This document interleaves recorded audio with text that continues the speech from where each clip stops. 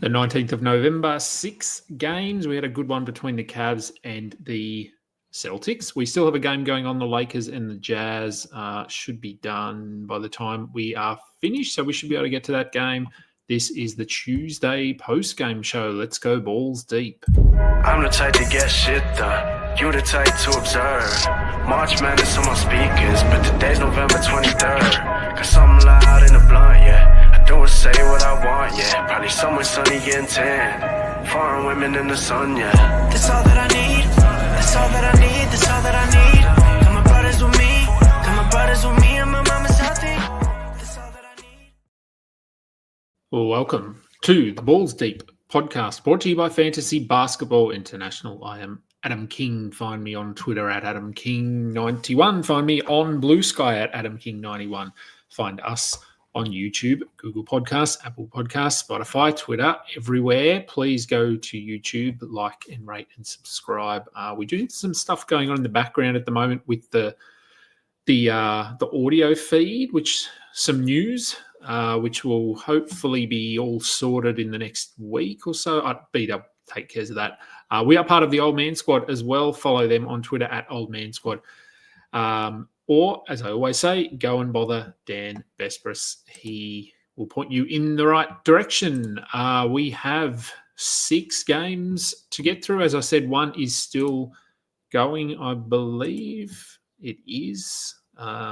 Looks like the Lakers are going to get the win. Jazz have kept it relatively close, but we will get to that game at the end. But we will start with the first game, which was the one that a lot of us wanted to see tonight. The undefeated Cleveland Cavaliers heading into Boston. And a close one. Boston get the win 120 to 117. So it did, well, I think it lived up to the hype. For the Cavs, they were without Karis LeVert.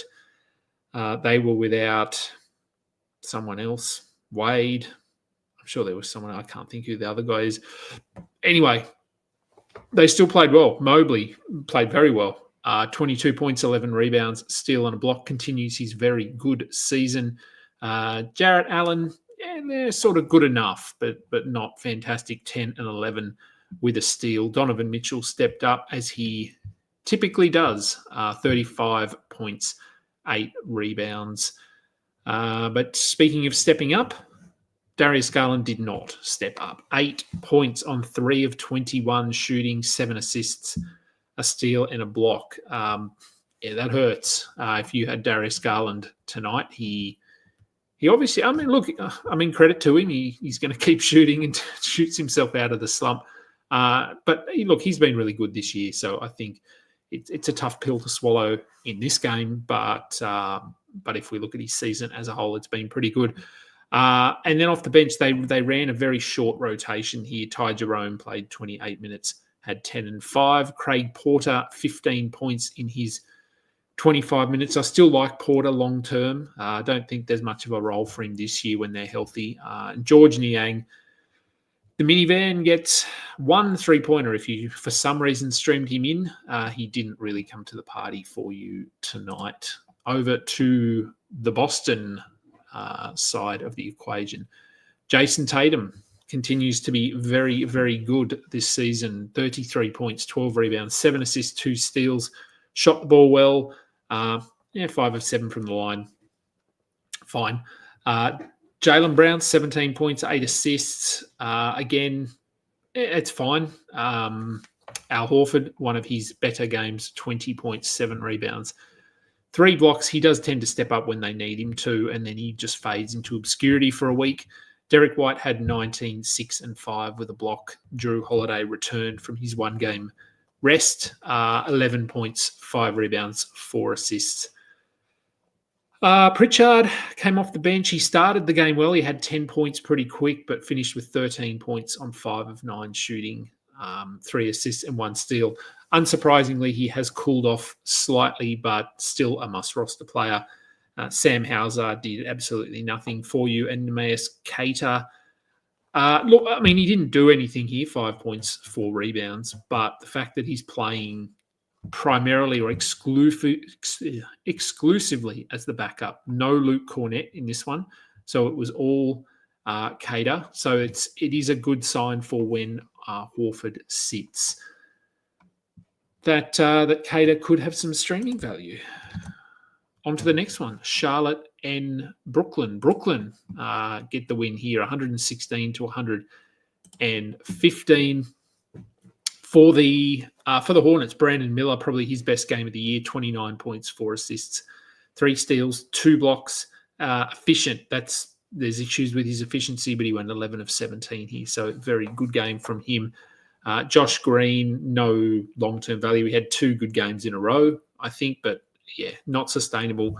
Miles Bridges had 21 points, 2 assists. That's fine. The points are okay, but not really doing anything else. Grant Williams, I guess we have to roster him as much as it pains me to say it. 16 points, 7 rebounds, 4 assists, 3 blocks. He won't be this good every night. Part of this is the fact that they were against Brooklyn. And LaMelo Ball, 12 points, 5 assists, a steal in just 24 minutes. He was not in foul trouble.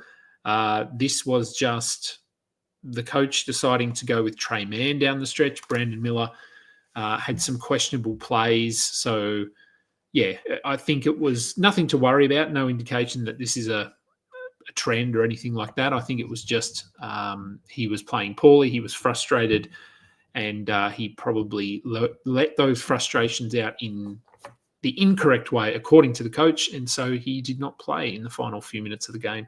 As for Trey Mann, 19 points in 26 minutes. We know he is a points streamer.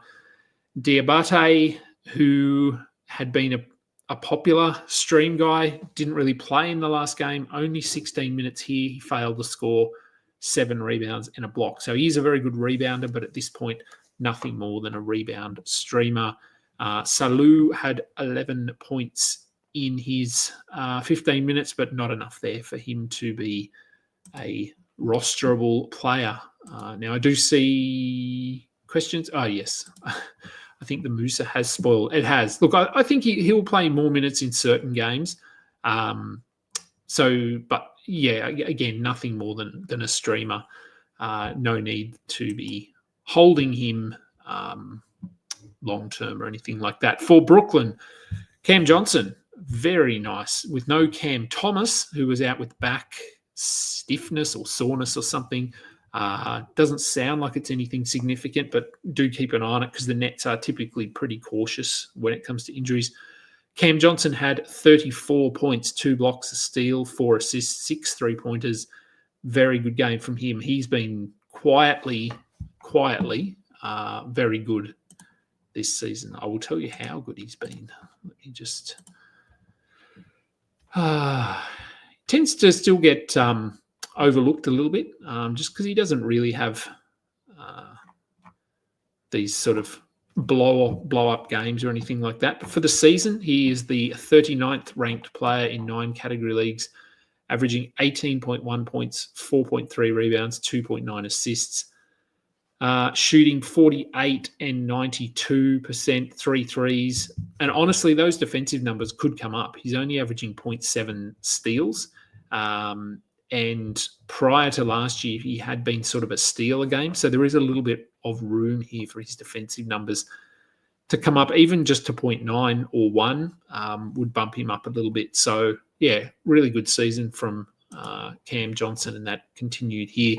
Dorian Finney-Smith, we keep streaming him until Nick Claxton is back. Ben Simmons, maybe his best game of the year. He looked pretty good, 26 minutes. Again, I do think this was a matchup situation playing against a Charlotte team that doesn't really have any rim protection or anything like that. Simmons had 10 rebounds, 10 points, 8 rebounds, 5 assists, 3 steals, 1 block. If you drafted him, this is exactly what you drafted him for. Will we see more of it? I don't know. If he's fine to go and add and then just see if he can build on this performance. Dennis Schroeder, 14 and 12, gets it done. And Jalen Wilson had 17 points, including 5 threes. He has value sporadically. The Nets actually closed with Trendon Watford in this one. 10 points, 4 rebounds, 2 blocks, and a steal in 19 minutes. I like Watford. I don't think this is going to be a consistent thing, but it was nice to see him out there. And given that just their team is not really top heavy at the moment, Shake Milton played 18 minutes, Zoe Williams 17, Noah Clowney 14. So they are just spreading the minutes and going with whoever is hot, whoever's playing well. And that was Shake Milton for a while. It was Trenton Watford down the stretch. In terms of value, none of them are really players that we need to consider. Denver and Memphis. Denver get the win here, 122-110. Both teams battling a couple of injuries. The Nuggets, most importantly, were without Nikola Jokic for the third straight game. So we had Saric starting. We don't need to do anything with Dario Saric. Christian Brown, don't need to do anything with him. He should be rostered, and he should continue to be rostered. Jamal Murray had one of his better games, 27 points, 6 assists, 3 steals and 2 blocks. So good to see him putting up numbers without Jokic. Peyton Watson also pretty productive here, 15 and 5 with a steal and a block.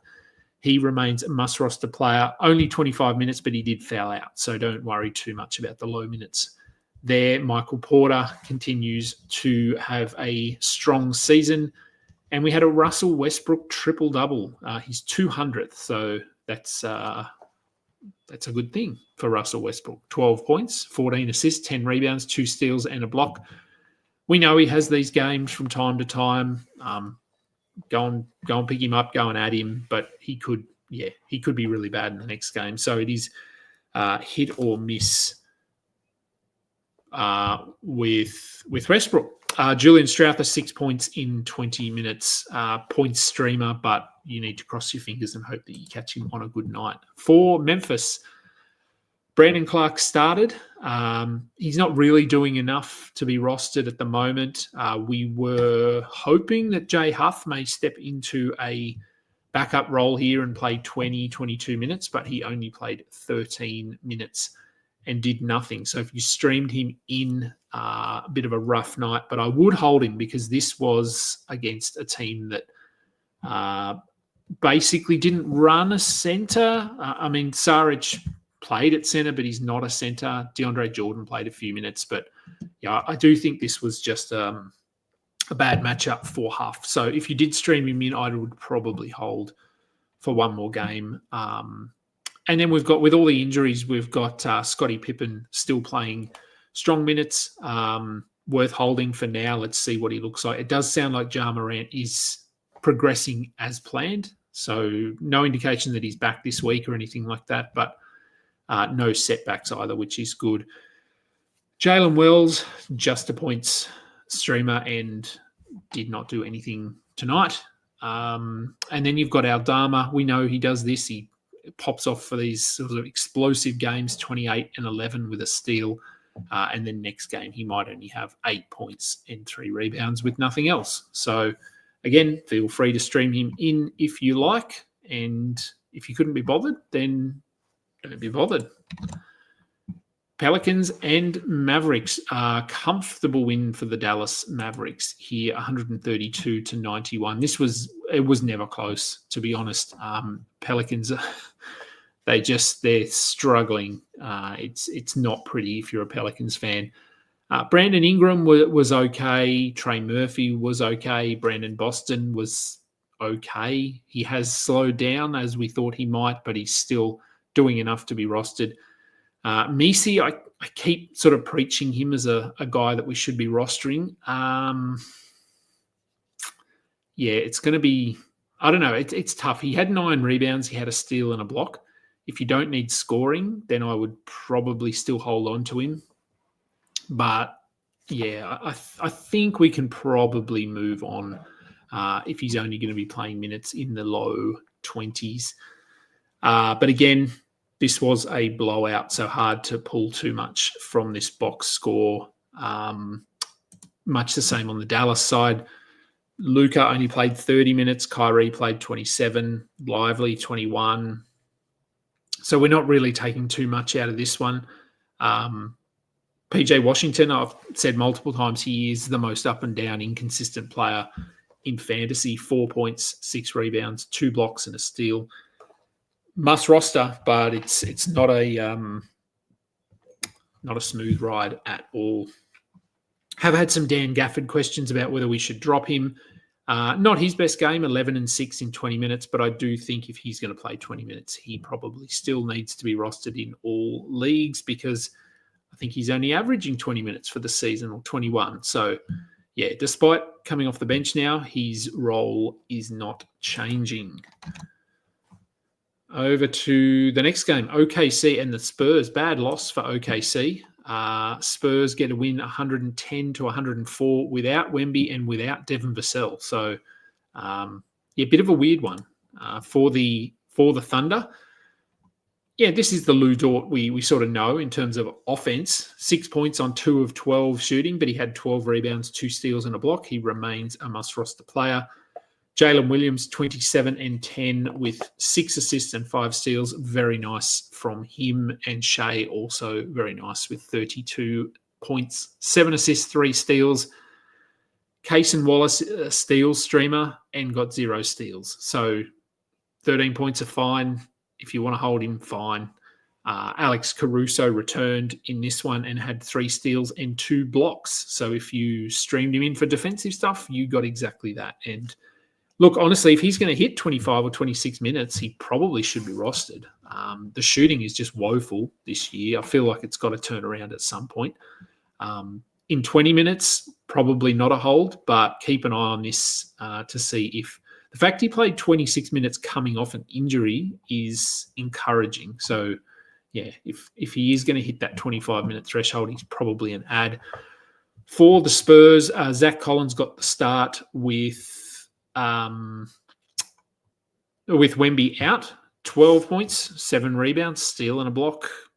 Probably about all you could ask for. Against an OKC team that doesn't run a center, 26 minutes is pretty good for Collins. I was worried he was only going to play 18, 17, but no, they had him out there for 26. So if you picked him up, as I did in a couple of leagues, I'm pretty happy, and I will hold him until we get word that Wemby is coming back. 20 points for Harrison Barnes. That's about a month's worth of production, so don't count on that happening again anytime soon. Steph Castle had 10 points, 8 assists in his 35 minutes. If you want assists, give him a look, but that's about it. 7 turnovers almost negates that completely. And then off the bench, Keldon Johnson, we know he has these games, 22 points, 5 rebounds, 4 assists, no defensive stats. So just a points guy. And Charles Bassey, who I said, very fantasy-friendly game, 21 minutes, 12 points, 8 rebounds, 2 blocks of steal. We know what he can do. We've seen it in very limited sample sizes, but there's no indication that his role is going to be significant here, but someone to monitor later down the season. He is a very nice fantasy player. Now, let me just check. I'm assuming this game has finished. And it has. So I will, while I shift this over here. Okay, there's people watch me in my dodgy IT skills. Make it big. Oh, what happened there? Okay, let's. We're still sharing. We are still sharing. Utah and the Lakers. Lakers get the win, 124 to 118. Now, I didn't see like the last 5 minutes, obviously, but got a pretty good read on the game. Markkanen, better performance. So if you have been holding him, this is a step in the right direction. John Collins, still good, not as good as he's been, but 18 and 8 with a steal is gets it done. Colin Sexton, this is pretty good considering what we've had the last couple of weeks. 19 points, 4 assists, a steal. I think you probably take that. Keontae George also had 18 points and 6 assists and shot the ball pretty well, 7 of 13. Jordan Clarkson, 18 points in his 26 minutes. And Isaiah Collier, we've said just keep an eye on him. 3 steals, 4 assists in his 20 minutes. So no indication that he's coming for Keontae's job at the moment. But, yeah, we don't know what's going to happen further down the track. And Filipowski, Look, the minutes are down. He's up and down. I think he's fine if you want to roster him, but I wouldn't say he is a must-roster player at all. For the Lakers, we'll start with Dalton Connect. I did manage to watch that whole third quarter, and he had majority of his points. He ended with 37 points, 9 of 12 from three. Not much else, but yeah, he was unconscious. He was playing really well. I think I did see did I see here we go, Slipping Jimmy. Connect had a huge one. Yeah, it was. He did tie the rookie record for 9 with threes made with 9. And he certainly gives the Lakers something they have not had for the last few years, and that is a semi-reliable 3-point threat. So the question is going to be, is he going to start? And I think I did see, yeah, here we go. Do we think Rui Hachimura is going to lose his job to Dalton Connect? Yeah, I think we've had this question before. I don't know. There's a chance. There's a chance that he could play over Reddish or over Hachimura. Obviously, they didn't have to make that decision here because Hachimura remains out. I don't think that they will. I think they will stick with Hachimura, but I think that it is possible that they close with Connect. So it might not be that he is a starter, but his minutes, he could play more than Hachimura. I think in the past they've sort of given Hachimura 35 minutes, even if his shot's not dropping. I think now they will comfortably go to Dalton Connect as a replacement down the stretch, as they should. So monitor, but Connect needs to be rostered. Let's see where this goes. Anthony Davis had 26 and 14 with 2 steals. Austin Reeves 17 and 5. LeBron James 26 and 12. So good games from all of those guys. As for D'Angelo Russell, 8 points, 6 rebounds, 6 assists, a steal and a block. 2 of 8 shooting. I don't know. He's borderline. 26 minutes is probably just enough. But as we've said, we have got Hachimura to come back in here. So yeah, I'm okay to move on from D'Angelo, but we do know that he has value when he's playing well. Okay, some questions. Let's start. When you are ready. Is Asar Thompson worth a 14-team category stash or Herb Jones or neither? I think Herb Jones is still a little while off. It sounds like he's not even taking contact yet. So I think Asar will be back before Herb Jones. The issue is that Asar, his conditioning is, we have no idea. He might just come out and play 12 minutes for 2 weeks. I think when he's healthy, when he's back to full sort of, this is what Asar Thompson is, he probably tops out at about 25 minutes, where Herb Jones will get 30 plus. So I think Herb, in terms of role and opportunity, is a little bit safer. Asar Thompson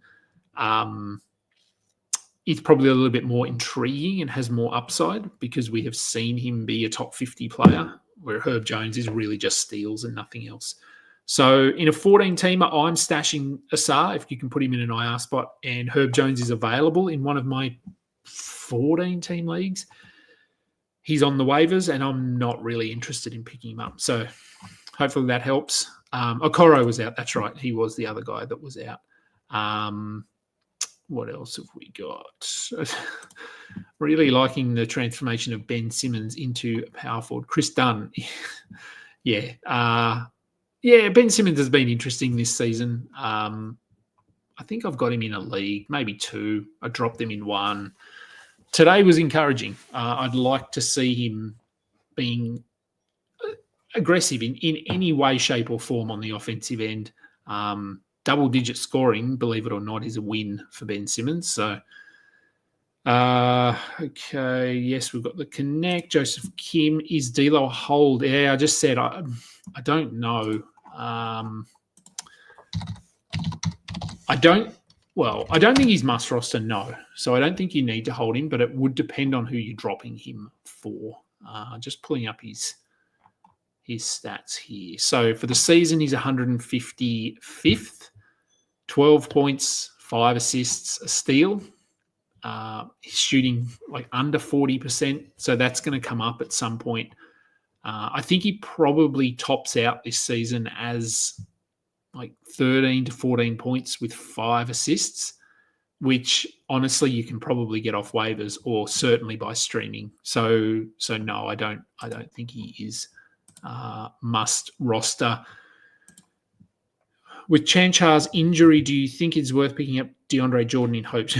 Well, yeah, I don't know. I really hope Jokic doesn't miss a game. And yeah, Vlatko, Chanchar, I don't think there's a official update, but it didn't look good. It was a non-contact knee injury, and I believe it is the knee that he has had, that he tore his ACL on previously. So he was hoping it wasn't. You could see from his reaction that he was waving off the bench and saying, leave me on, and they obviously didn't. The fact that he was able to walk it off and didn't look too injured, pay no attention to that, because I have torn my ACL and I was able to walk on it and run and jump and thought about going back into the game. Luckily, I didn't. It is not until about 2 hours after the injury that it starts to hurt and swell. So he was probably just really hoping for the best, and I don't think it was. But we'll see. Maybe it was nothing. But with his injury, do we pick up DeAndre Jordan? I would have a look at the matchup. They'd need to be up against a team that has a traditional center, like big center and a backup, that sort of thing, to consider DeAndre Jordan. Because we know if he can get 20 minutes, he can get you some rebounds and a block and efficiency. So I would have a look at the matchup. And I don't even know when the Nuggets play next, to be honest. If you could have a look and let me know, and then I would maybe make that decision then. Is Connect worth it, or is he going to go 1 of 10 next game? Both could be true. Okay, it's worth Lively and Gafford, then maybe. Yeah, if we get word that that Chanchar is out, then yeah, I'd probably consider him. If it's a day when you can stream, then maybe worth a look. And as for Connect, I think he's worth it. I think you have to. He's been really good the last week or two. We don't know if Hachimura is coming back. So, yes, he could go 1 of 10, but I still think he's worth taking a flyer on. Let's quickly have a look at tomorrow's games, because then I actually have to go and play basketball tonight. All right, so we've got, I think it's 8 games tomorrow. Yes, it is 8 games tomorrow. We have got some teams backing up as well from tonight. So starting at the top, Pelicans and the Cavs. We know the Pelicans are just running out their G League team at the moment. 8 games probably means there is a little bit of streaming tomorrow, but your roster could also be fully active. So, yeah, have a look before you just go and add someone. Have a look at where they're going to fit in your lineup for tomorrow. But for the Pelicans, I've said Messi, he's borderline against the Cavs, though, who are running one of those sort of big lineups. They're going to need Messi on the floor when Allen and Mobley are on the floor. So I think Messi could be 25 minutes tomorrow, 26, so probably enough. If you just need blocks and rebounds for the Cavs, let's see if Levert's out. Let's see if Wade's out. Let's see if Okoro's out. If they're all out, then Merrill, Ty Jerome, and maybe Craig Porter, as we saw tonight. The Bulls play the Bucks. Patrick Williams is questionable. He has been Patrick Williams we know and love over the last couple of games. So he is borderline hold at the moment. Sorry, I just said Nick's question there. I'll get to that in a minute. Williams borderline hold. The Sunmu borderline as well. For the Bucks, they're pretty much healthy. I'm not including Chris Middleton because who knows what's happening with him. Not much streaming value here for the Bucks. For the Sixers, Maxey is questionable. I'm not sure he plays, but the fact that he has been upgraded is encouraging. It means he is close.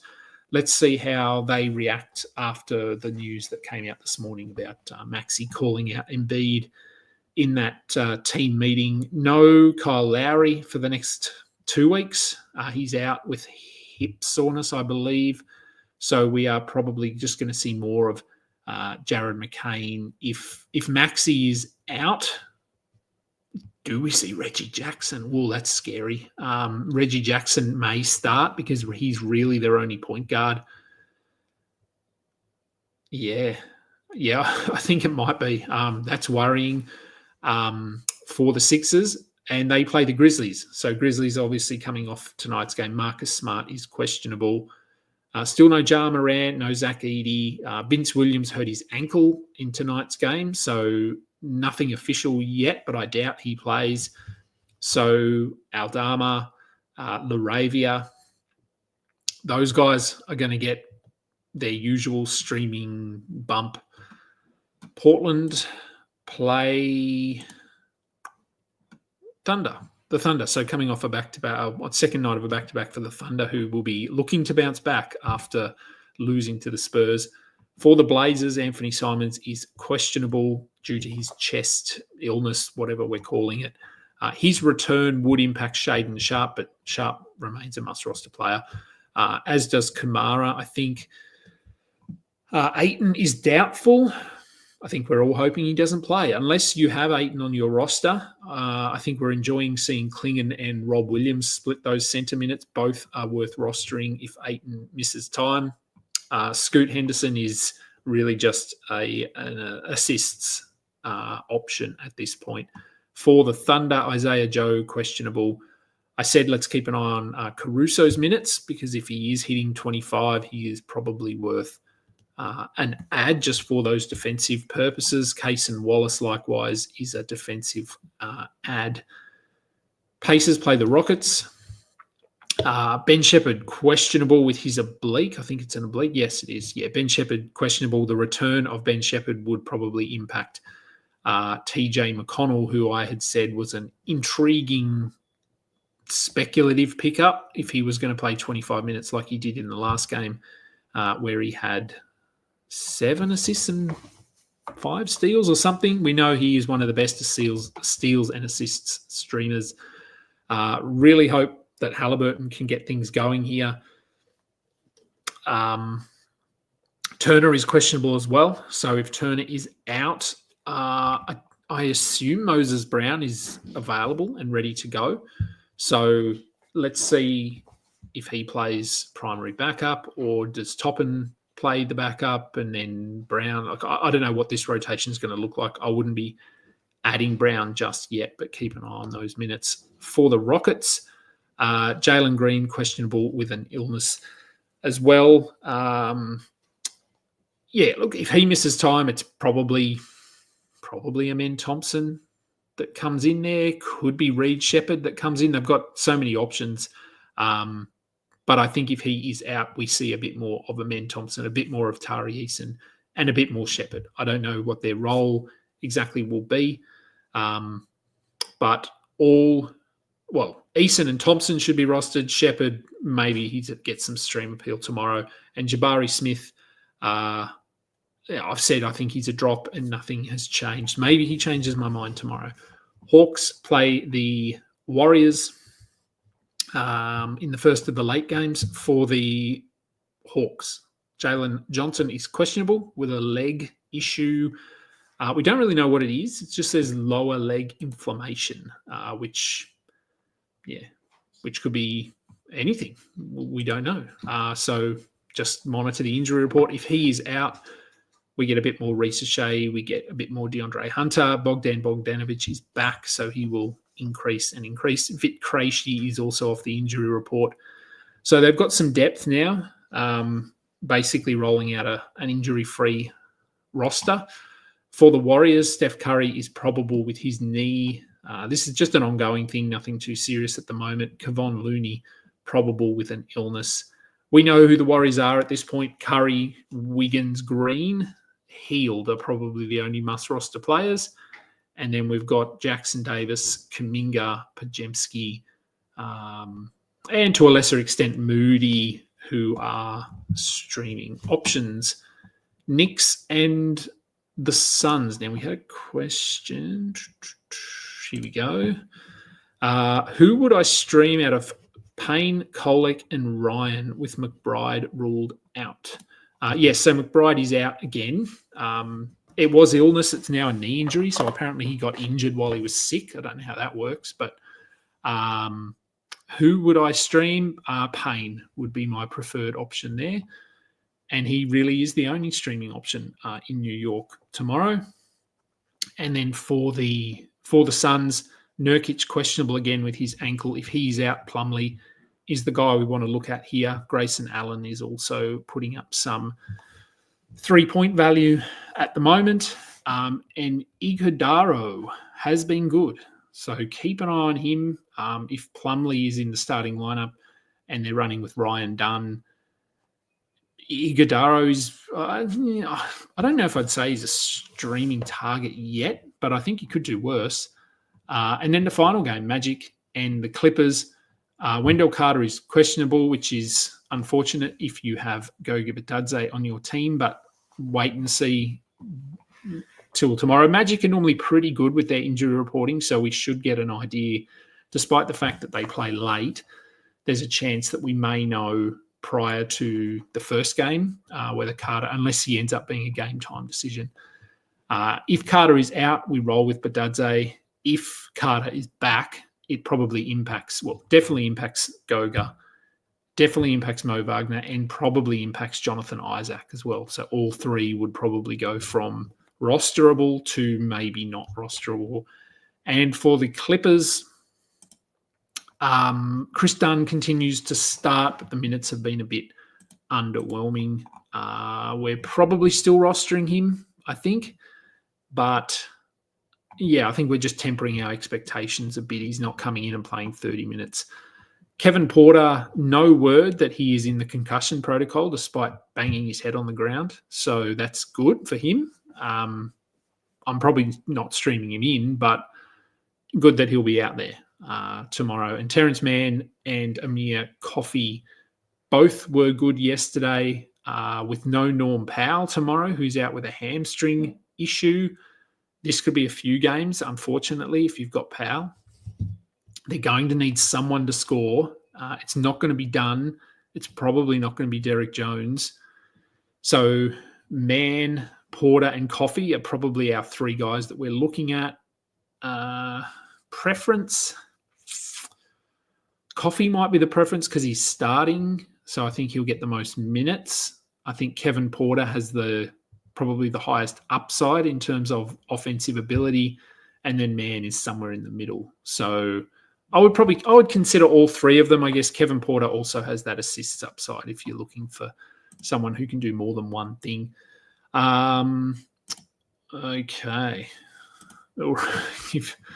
Approximate stat line of what I'm going to do tonight. Well, I have no idea. I don't even know what team I'm playing for. I'm sort of just filling in for an old coach of mine in a local comp here. So I have no idea the team I'm playing for, who we're playing against. I will aim for double-digit rebounds. There we go. That'll do. It's about what I can offer. Australian Westbrook, triple-double, yeah. 61 shots, no. I don't think I've shot 61 shots in a game ever, and I really hope I never do. Not a big scorer. I'll just try to get rebounds. Buddy Hield is going to go for 70 if Keon Ellis goes. He might. Look, Buddy, yeah, I don't know. Buddy's he's cooled off, hasn't he? Aussie Westbrook. Yeah, I'm not Westbrook. Don't worry about that. But I will get, well, I don't even know if we probably don't even keep stats, to be honest, in this comp. So I have no idea what I will be doing.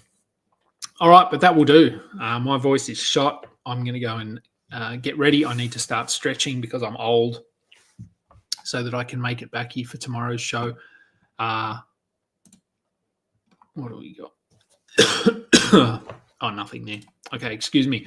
All right, that will do. I will, tomorrow, Thursday, should be back tomorrow with another post-game show. 8 games to go through, usual sort of time. I don't think I've got anything on. So, yeah, barring any changes, should be back normal sort of time. That will do for today's show. I'm Adam King. This has been the post-game show. Until next time, catch up. You just listened to another episode from the Fantasy Basketball International Podcast Network. Thanks for joining us. And for more information about joining our community, please check out our website